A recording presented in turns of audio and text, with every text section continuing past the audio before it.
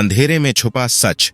यमुना के किनारे बसा था एक छोटा सा कस्बा, माधवपुर। यहाँ की हरी भरी वादियां, नीम और पीपल के पेड़ों की छांव और नदी के किनारे बनी एक पुरानी हवेली इस कस्बे की शान थी। इस हवेली में रहता था एक बुजुर्ग साधु जिसे लोग स्वामी हरिदास कहते थे। स्वामी की उम्र 70 के पार थी, लेकिन उनकी आंखों में एक अजीब सी चमक और बातों में ऐसी मिठास थी कि लोग उनके पास खींचे चले आते। वह कस्बे की औरतों को एक खास ताबीज देता और कहता, यह ताबीज तुम्हारे सारे दुख और कष्ट मिटा देगा। कस्बे वाले उसे एक नेक आत्मा मानते थे, लेकिन उस हवेली की दीवारों के पीछे एक काली सच्चाई छिपी थी। स्वामी हरिदास का ताबीज और आशीर्वाद एक छलावा था।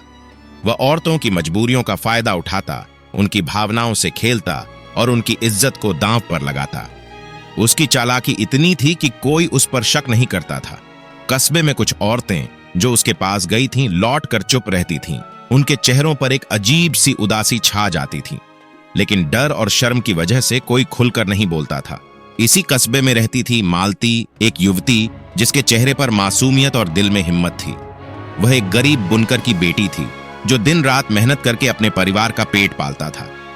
मालती का दिल कस्बे के एक युवा कारीगर रवि पर आ गया था। रवि कस्बे में लकड़ी के खिलौने बनाता था और उसकी सादगी और मेहनत ने सबका दिल जीत लिया था। मालती और रवि की मोहब्बत चुपके पनप रही थी।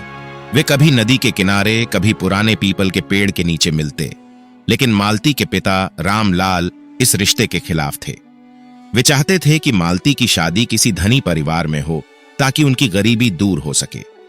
एक दिन मालती की मां सरस्वती ने उससे कहा, बेटी, स्वामी हरिदास के पास जा, उनके ताबीज में जादू है।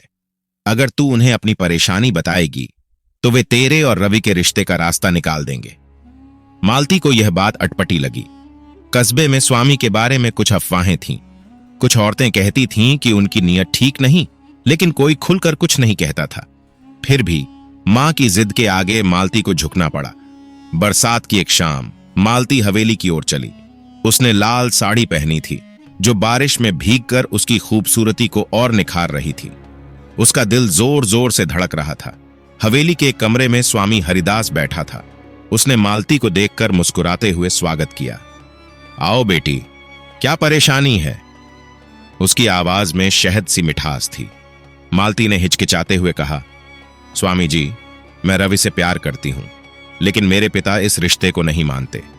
क्या आप मेरी मदद कर सकते हैं? स्वामी ने सिर हिलाया और बोला, यह तो छोटी सी बात है मालती। मेरा ताबीज ले लो, यह तुम्हारी जिंदगी बदल देगा, लेकिन इसके लिए तुम्हें मेरी बात माननी होगी। उसने एक ताबीज दी और कहा, तुम्हारे सारे दुख और परेशानियां दूर हो जाएंगी, लेकिन इसके लिए एक खास पूजा रात को अकेले करनी होगी, किसी को बताना नहीं। मालती का दिल धक से रह गया। उसे स्वामी की नीयत पर शक हुआ। उसने पूछा, क्या यह पूजा दिन में नहीं हो सकती? स्वामी ने हंसते हुए कहा, बेटी, रात का समय ही जादू का समय है, तुम चिंता ना करो, मैं तुम्हारा भला चाहता हूं। मालती घर लौटी, लेकिन उसका मन बेचैन था। उसने रवि को पीपल के पेड़ के नीचे बुलाया और सारी बात बताई।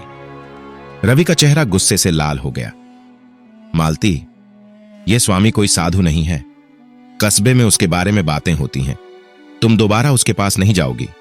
लेकिन मालती ने कहा, रवि, अगर हम उसे बेनकाब नहीं करेंगे तो वह और औरतों को अपने जाल में फंसाता रहेगा।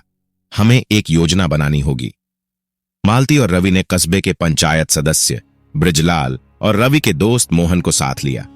मालती ने फैसला किया कि वह रात को स्वामी के पास जाएगी, लेकिन इस बार वह अकेली नहीं होगी।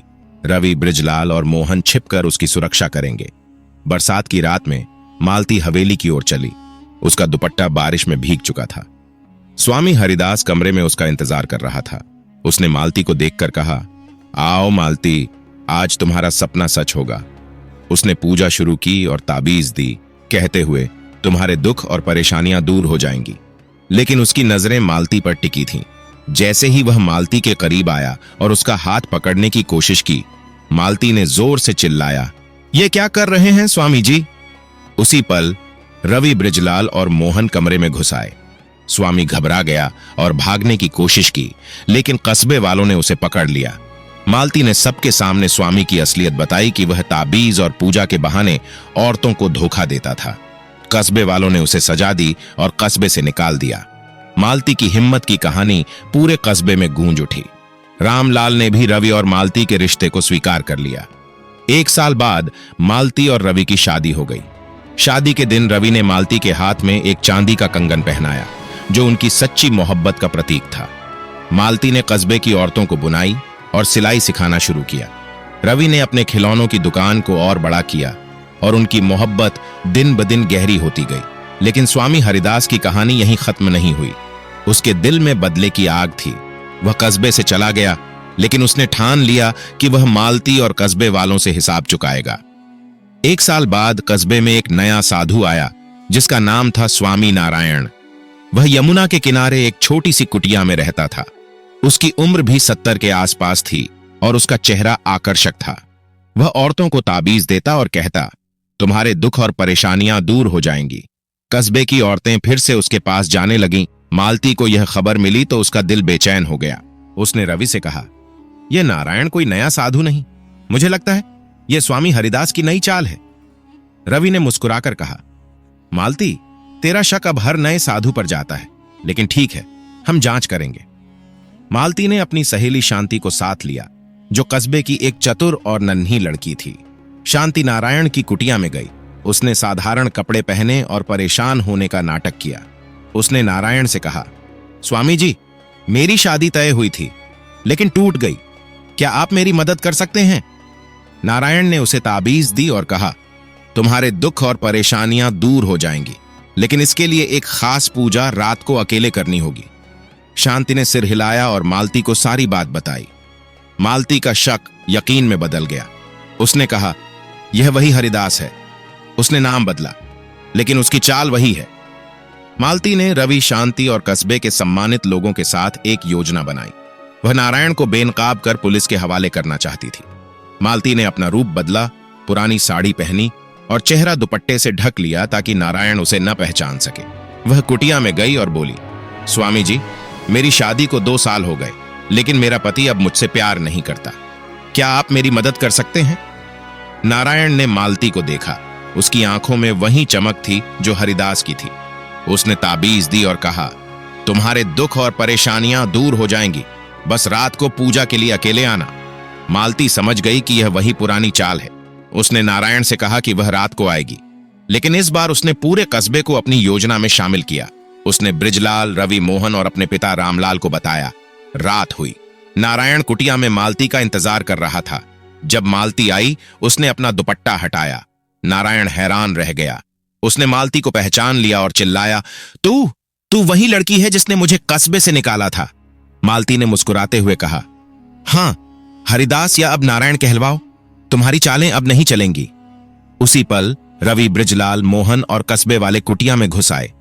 नारायण ने भागने की कोशिश की, लेकिन कस्बे वालों ने उसे पकड़ लिया। मालती ने सबके सामने कहा, यह वही स्वामी हरिदास है जो नाम बदलकर दोबारा हमारे कस्बे की औरतों को धोखा देने आया था। कस्बे वालों ने नारायण को पुलिस के हवाले कर दिया।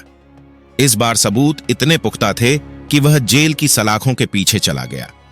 मालती की हिम्मत की कहानी पूरे कस्बे में गूंज उठी। शांति ने मालती से कहा, तू कोई साधारण लड़की नहीं मालती, तू हम सबके लिए एक मशाल है। मालती और रवि की मोहब्बत की कहानी और मजबूत हो गई। एक रात जब बरसात हो रही थी, रवि ने मालती को अपने घर की छत पर बुलाया। उसने मालती के हाथ में एक चांदी का कंगन पहनाया और कहा, मालती, यह मेरी मोहब्बत का वादा है। तूने न सिर्फ मेरी जिंदगी बनाई, बल्कि पूरे कस्बे को एक धोखेबाज से निजात दिलाई। मालती की आंखों में आंसू आ गए। उसने कंगन पहना और रवि के गले लग गई। बरसात की बूंदों में दोनों ने हमेशा साथ रहने का वादा किया। मालती और रवि की शादी को 3 साल हो गए। उनके 2 बच्चे थे, 3 साल का बेटा अनिल और 1 साल की बेटी रानी।